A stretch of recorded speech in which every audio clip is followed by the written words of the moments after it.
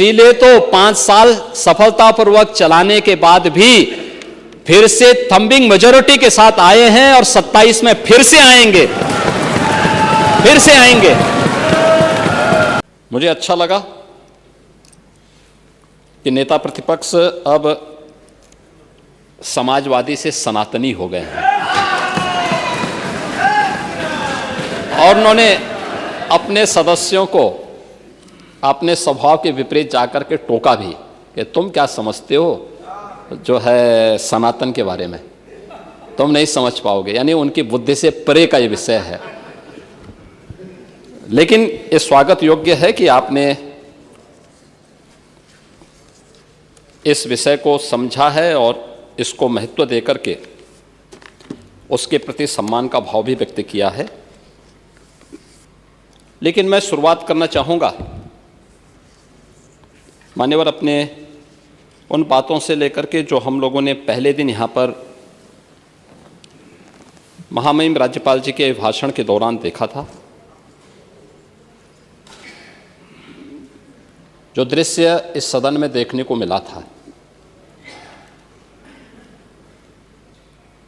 आप संविधान की प्रति लेकर के घूमते हैं, लेकिन संवैधानिक पदों पर बैठे हुए महानुभावों के प्रति आप लोगों का दृष्टिकोण क्या है, यह राज्यपाल जी के भाषण के दौरान इस सदन के दृश्य को देख करके हम सहज अनुमान लगा सकते हैं। जो शोर शराबा था, जिस प्रकार की टिप्पणियां की जा रही थी, जिस तरीके से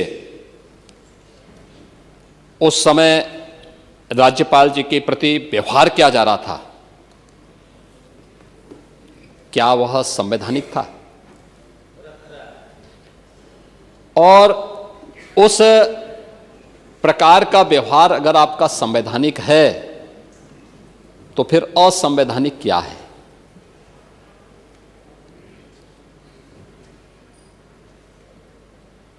आप लोग भाषण बहुत देते हैं, लेकिन आप लोगों का जो वास्तविक आचरण है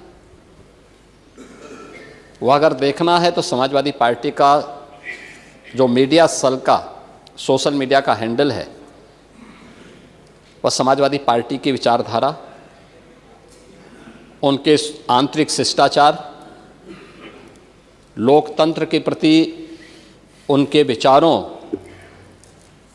की अभिव्यक्ति का एक ऐसा माध्यम है जिस पे कोई भी स्वस्थ समाज स्वयं लज्जा महसूस करता है और दूसरों को आप उपदेश देते हैं। आपके समय में उत्तर प्रदेश क्यों पिछड़ा था और आज उत्तर प्रदेश उतनी तेजी के साथ आगे बढ़ रहा है? उसका कोई कारण तो होगा।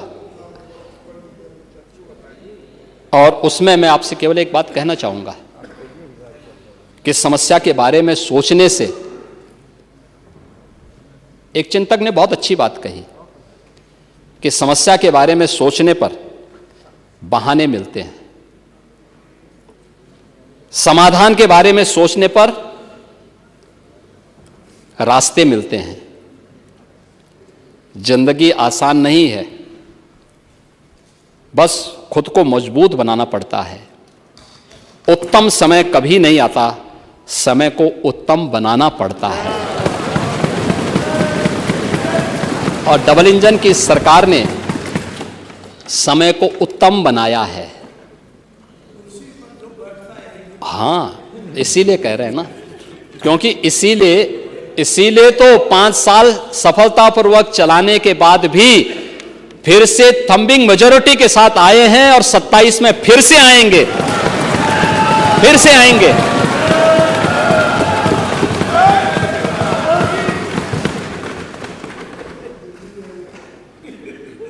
और इसीलिए मैं आप सबसे कहना चाहूंगा कि कुंभ के बारे में आपकी जैसी दृष्टि थी वैसी सृष्टि नजर आई। हम लोग तो कुंभ के संदेश को एकता के संदेश के रूप में देखते हैं और महाकुंभ ने साबित किया है, जो भारतीय ऋषि की दिशा थी, कि एकम सद विप्रा बहुधा वदन्ति।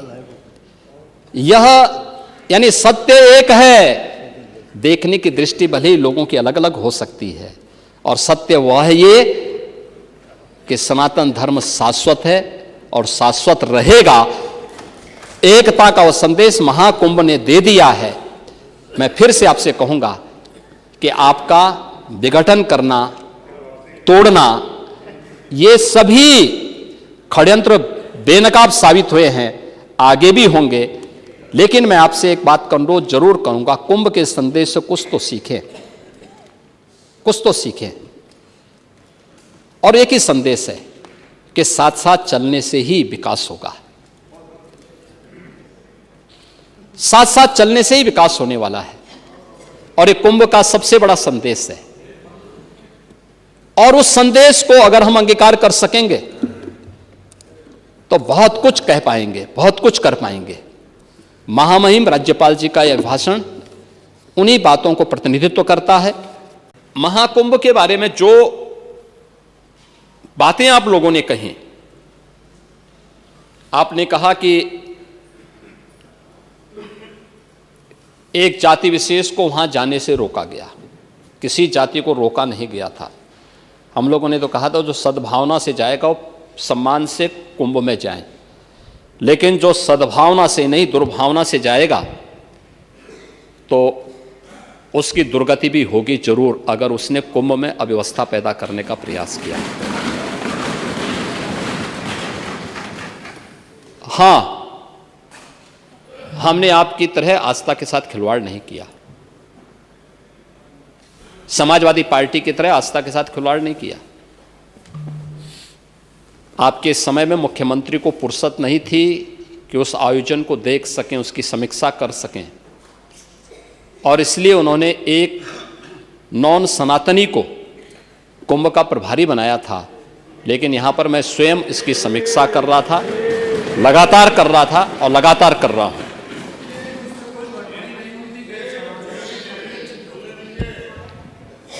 यही कारण है कि 2013 के कुंभ में जो भी गया उससे अव्यवस्था दिखाई दी, भ्रष्टाचार दिखाई दिया,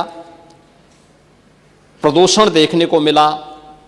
गंगा यमुना की, मां सरस्वती की त्रिवेणी में स्नान करने लायक जल नहीं था, और मॉरिशस के प्रधानमंत्री उसके उदाहरण हैं, जिन्होंने स्नान करने से ही इनकार कर दिया था। लेकिन इस बार देश और दुनिया का कोई ऐसा व्यक्ति नहीं था जो न आया हो, और लगातार आ रहे हैं। महामहिम राष्ट्रपति जी भी आए, आदरणीय प्रधानमंत्री जी आए, आदरणीय उपराष्ट्रपति जी आए,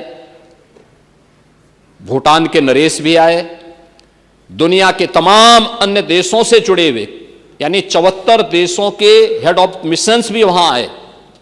इन सब ने उस आयोजन में भागीदार बनकर के इस आयोजन को सफल बनाया, और पहली बार उत्तर, दक्षिण, पूरब, पश्चिम सभी ने उस आयोजन का हिस्सा बनकर के 74 देशों के लोग जिस आयोजन में भागीदार बन रहे हो, कई देशों के मंत्री जिस आयोजन में हिस्सा बन रहे हो, क्या वो वैश्विक आयोजन नहीं है?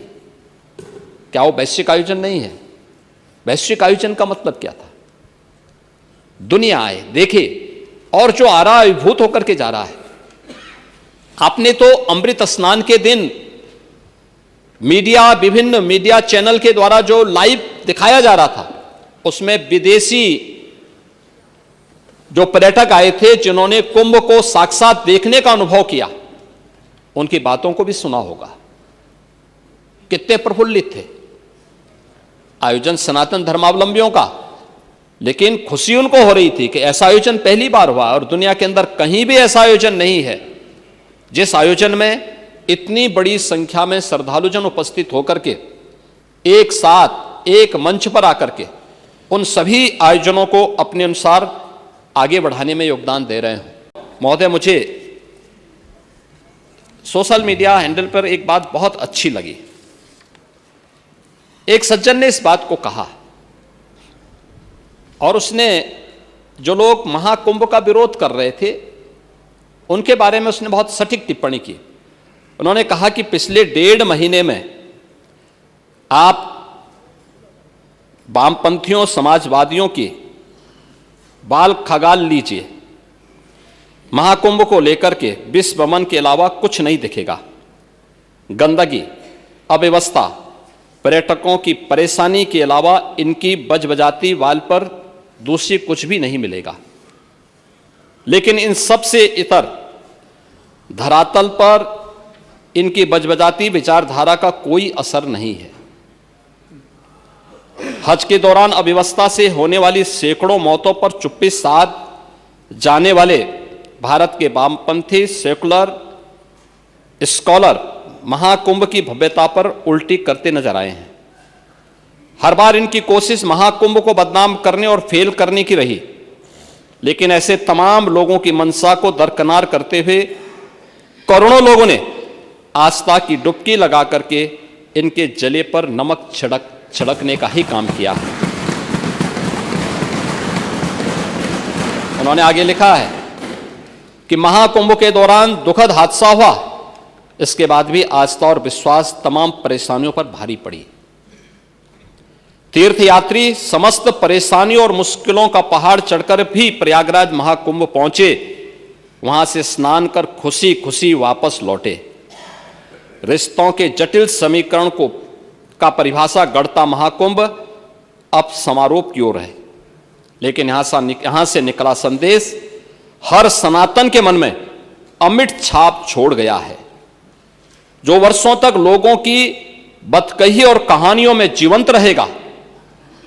हर तरफ अपनी मां और बुजुर्गों को महाकुंभ में अनाथ छोड़ देने वाले बेटे रहे हों, तो दूसरी तरफ अपनी सास को पीठ पर उठाकर कुंभ स्नान कराने वाली बहू भी रही है। लेकिन सनातन विरोधियों को नजर केवल गंदगी पर पड़ी।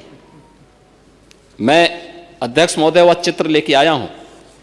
ये देखिए, एक बहू है, अपने सास को पीठ पर लाद करके जा रही है महाकुंभ स्नान करने के लिए।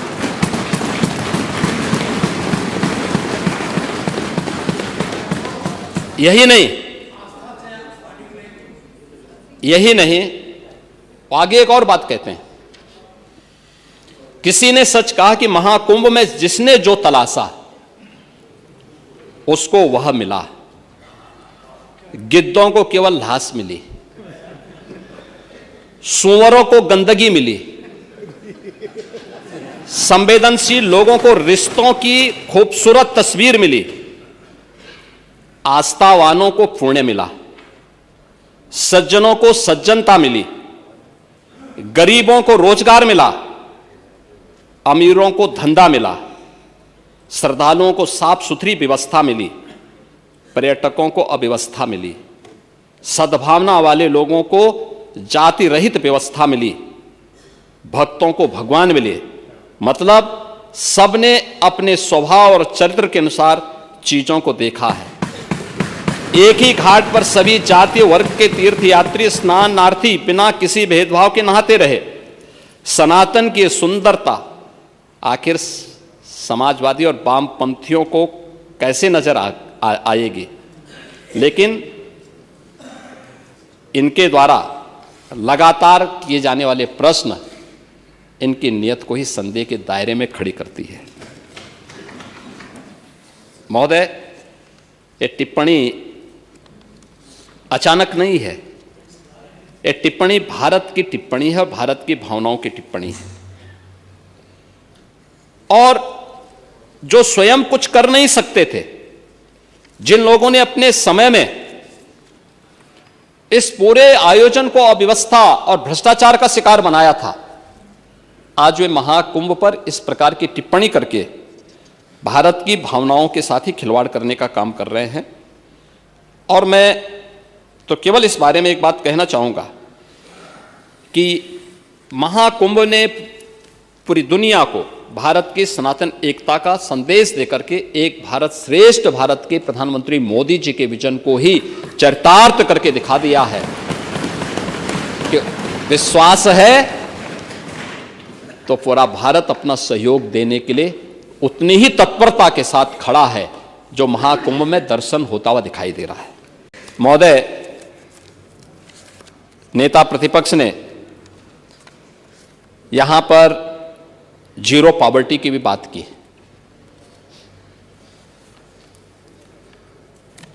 आप लोगों को कुछ शब्द आप लोगों के ऐसे रटे रटाए हैं जिसको आप हमेशा बोलेंगे ही। जैसे यानी जो मुंह पे चांदी का चम्मच पकड़ करके पैदा हुए थे, वे महाकुंभ के लिए कहते थे वीआईपी कुंभ हो गया, यही तो बोलते थे। ऐसे ही आप लोगों ने गरीबी देखी नहीं, या गरीबी का उपहास करना आप लोगों ने अपना जन्मसिद्ध अधिकार समझा है। और यही कारण है कि आप लोग लगातार उन गरीबों के बारे में उनका उपहास उड़ाते थे, उनकी जो अधिकार थे, जो उनको प्राप्त होने चाहिए थे, उनको ईमानदारी के साथ उन्हें देने का काम नहीं किया। आपके अपने आप समाजवादी पार्टी की सरकारें जब भी रही, गरीबों के लिए कोई स्कीम बन नहीं पाई। लेकिन अगर भारत में मोदी जी के प्रधानमंत्री बनने के बाद उन्होंने कोई स्कीम लागू करने का प्रयास किया तो समाजवादी पार्टी की सरकार ने पहले 2.5 वर्ष में उस स्कीम को यूपी के अंदर लागू ही नहीं होने दिया। और मैं आपको बताना चाहूंगा कि वे तमाम योजनाएं ऐसी हैं जो हमें इस बात को बताती हैं कि यह स्कीम बहुत पहले लागू होनी चाहिए थी। समाजवादी पार्टी हो या कांग्रेस, प्रधानमंत्री आवास योजना में अब तक देश के अंदर 4 करोड़ गरीबों के आवास बने हैं 2014 से। उसके बाद उत्तर प्रदेश में 2017 के बाद 56 लाख गरीबों के एक आवास बनाए जा चुके हैं। समाजवादी पार्टी की सरकार थी, 2.5 वर्ष में पहले यानी 14 से लेकर के 2017 मार्च 17 तक उन्होंने कोई प्रस्ताव नहीं भेजा, कोई मकान नहीं आवंटित किया, क्योंकि गरीब आपकी प्राथमिकता में नहीं था। स्वच्छ भारत मिशन 2 अक्टूबर 2014 से लागू हुआ। स्वच्छ भारत मिशन में अप्रैल 2017 से लेकर के अब तक हम लोगों ने 3.25 करोड़ लोगों को, 3.25 करोड़ परिवारों को एक शौचालय बना करके दिया। आप लोगों ने 2.5 वर्ष में यानी बहुत कम संख्या में टॉयलेट बनाए थे, क्योंकि आपकी प्रायोरिटी नहीं थी, आप लोगों ने कभी इसको महत्व नहीं दिया। वन्य गांवों को आजादी के बाद भी जिन्हें न्याय नहीं मिल पाया था, उन्हें मतदाता नहीं बनाया गया था, उनका शोषण होता था, उन्हें राजस्व गांव के रूप में मान्यता नहीं मिली थी, कोई स्कूल नहीं, पेयजल की व्यवस्था नहीं, राशन कार्ड की सुविधा नहीं। मुझे प्रसन्नता है कि 2017 में हमारी सरकार आई, हमने 56 से अधिक ऐसे गांवों को राजस्व गांव के रूप में मान्यता देकर के उन्हें समाज और राष्ट्र की मुख्य धारा के साथ जोड़ करके उन्हें मतदाता भी बनाया, राशन कार्ड भी दिया, सभी प्रकार की सुविधाओं से उन्हें आच्छादित करने का काम किया। भारत नेपाल बॉर्डर पर थारू जनजाति रहती है। चित्रकूट, मिर्जापुर में कोल जाति के लोग रहते हैं। भगवान राम के समय से उनका इतिहास जुड़ा हुआ है। चेरो, गोड़ और अन्य जातियां आपके सोनभद्र, मिर्जापुर, चंदौली इन जनपदों में रहती है। सहरिया बुंदेलखंड में रहती है, झांसी में, झांसी ललितपुर में। कोई स्कीम आपके पास नहीं थी। मुसर, कुशीनगर से लेकर के महाराजगंज, कुशीनगर से लेकर के आपके सोनभद्र तक एक बड़ी आबादी निवास करती थी। हैंड टू माउथ थे, कुछ भी नहीं था, न राशन कार्ड था, न जमीन का पट्टा था, न झोपड़ी ही थी। इस युग में भी जैसे तैसे जीवन यापन कर रहे थे। और मुझे बताते हुए प्रसन्नता है कि सभी लोगों को जमीन के पट्टे दे करके एक आवास देने का काम किया गया। महोदय, यह वर्ष भारत के संविधान का अमृत महोत्सव वर्ष भी है।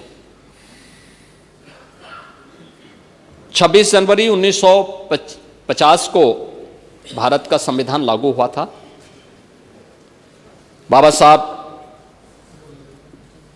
डॉक्टर भीमराव अंबेडकर जी के द्वारा संविधान के शिल्पी के रूप में जो कार्य किया गया था, वह संविधान के 75 वर्ष पूर्ण होने के अवसर पर भारत के सभी संविधान निर्माताओं के प्रति एक विनम्र श्रद्धांजलि का क्षण भी है और विशेष रूप से बाबा साहब डॉक्टर भीमराव अंबेडकर जी के प्रति श्रद्धा व्यक्त करने का भी एक महत्वपूर्ण अवसर है। आप समाजवादी कब से बाबा साहब भीमराव अंबेडकर को सम्मान देने लग गए? आप लोगों ने तो बाबा साहब भीमराव अंबेडकर के नाम पर बने हुए कन्नौज मेडिकल कॉलेज का नाम ही बदल दिया था। तब याद नहीं आई बाबा साहब की? याद करिए 2012 में जब समाजवादी पार्टी की सरकार बनी थी, तब समाजवादी पार्टी के तत्कालीन मुखिया ने कहा था कि अंबेडकर जी के नाम पर और अन्य सामाजिक न्याय के महापुरुषों के नाम पर जो भी स्मारक बने हैं, इनको तोड़ करके मैरिज हॉल बना देंगे। क्या यह सच नहीं है?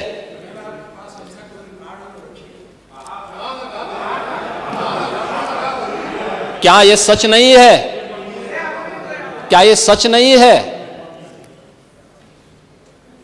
कि उस दौरान समाजवादी पार्टी ने न केवल बाबा साहब भीमराव अंबेडकर के नाम पर बल्कि मान्यवर कांसी राम के नाम पर लखनऊ के भाषा विश्वविद्यालय का भी नाम बदल दिया था।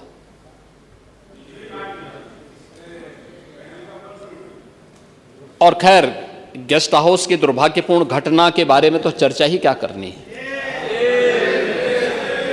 महिलाओं के प्रति आप लोगों का नजरिया क्या है? महापुरुषों के प्रति आप लोगों का नजरिया क्या है? ये किसी से छुपा हुआ है? अब देखिए, जिसको दुनिया ने देखा है, जिसको दुनिया ने अपनी आंखों से देखा है, उसको कहीं से भी क्लीन चिट मिल जाए, कभी उससे आप छुटकारा नहीं पा सकते, कभी नहीं छुटकारा पा सकते हैं। और दुनिया ने देखा है, और इसीलिए मैं कहना चाहूंगा कि समाजवादी पार्टी के इस आचरण से तो हर सभ्य समाज हमेशा व्यथित रहा है। आप किस बात की बात करते हैं? और बाबा साहब भीमराव अंबेडकर से जुड़े हुए पंच तीर्थों का निर्माण यह भारतीय जनता पार्टी की सरकार में प्रधानमंत्री मोदी जी के द्वारा ही किया गया। लखनऊ में बाबा साहब भीमराव अंबेडकर के नाम पर एक इंटरनेशनल सांस्कृतिक केंद्र का निर्माण भी यह डबल इंजन की भारतीय जनता पार्टी की सरकार ही लखनऊ में कर रही है। 26 नवंबर की तिथि को संविधान दिवस के रूप में, बाबा साहब भीमराव अंबेडकर के प्रति श्रद्धा व्यक्त करने के दिवस के रूप में यह भारतीय जनता पार्टी ही कर रही है। संत रविदास जी की परंपरा के प्रति सम्मान का भाव व्यक्त करने के लिए काशी के चीर गोवर्धन को सुंदरीकरण करने की योजना का काम भी यह डबल इंजन की भारतीय जनता पार्टी की सरकार ने किया है। महर्षि वाल्मीकि के पावन तपोस्थली लालापुर चित्रकूट में सुंदरीकरण करने का कार्य यह डबल इंजन की भाजपा की ही सरकार कर रही है। महाराज सुहेल देव को विजय स्तंभ स्मारक बहराइच में यह डबल इंजन की भाजपा की ही सरकार कर रही है। निषाद राज गुह का स्मारक और भगवान राम के साथ उनकी 56 फुट ऊंची प्रतिमा श्रृंगवेरपुर में कॉरिडोर के रूप में विकसित करने का काम भी यह डबल इंजन की भाजपा की ही सरकार कर रही है। मैं यही पूछना चाहता हूं आपसे, आपने 4-4 बार रह करके किया क्या था? आप कर क्या रहे थे? आप तो अवसरवादिता दिखाते रहे, कभी सपा के साथ, कभी सपा कांग्रेस के साथ, कभी बसपा के साथ, और फिर जैसे ही अवसर आया उसमें उनके साथ फिर धक्का मुक्की करके बाहर निकल गए। ये लगातार करते रहे।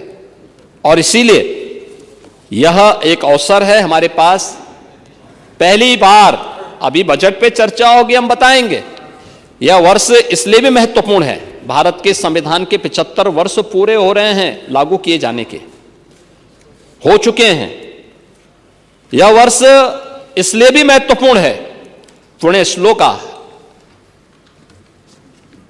माता अहिल्याबाई होलकर का 300वीं जयंती वर्ष भी है और उनके प्रति भी पुण्य स्मरण करने का एक अवसर है। सरकार एक बड़ी व्यवस्था उनके नाम पर घोषित करने जा रही है।